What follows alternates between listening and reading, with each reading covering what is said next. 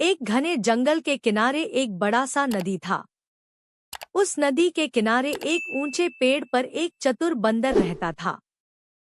पेड़ पर मीठे मीठे फलों की भरमार थी। बंदर रोज वहीं रहता, फल खाता और मजे से झूलता।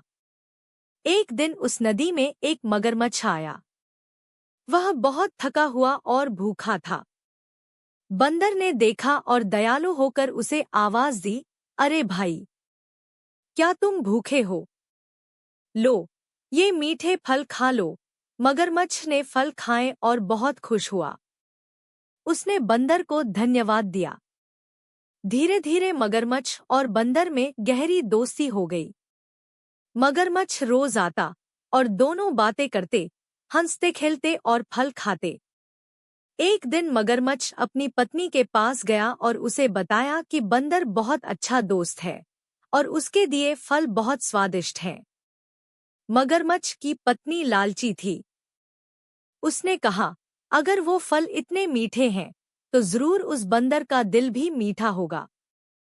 मुझे उसका दिल खाने की इच्छा है। मगरमच्छ बहुत परेशान हुआ। उसने पत्नी को समझाने की कोशिश की, पर वह जिद पर अड़ी रही। अगले दिन मगरमच्छ बंदर के पास गया और कहा, मित्र, मेरी पत्नी तुम्हें खाने पर बुला रही है। वह तुम्हारी बहुत तारीफ करती है। बंदर बोला, जरूर, लेकिन मैं नदी पार कैसे करूं? मगरमच्छ बोला, मेरी पीठ पर बैठ जाओ, मैं तुम्हें ले जाऊंगा। बंदर मगरमच्छ की पीठ पर बैठ गया। नदी के बीच में पहुंचते ही मगरमच्छ बोला, मित्र, मुझे माफ करना, मेरी पत्नी तुम्हारा दिल खाना चाहती है। बंदर चौंक गया लेकिन घबराया नहीं। उसने चालाकी से कहा, अरे, तुम पहले बताते तो मैं अपना दिल पेड़ पर छोड़कर आया हूँ। चलो वापस चलते हैं, दिल वहीं है।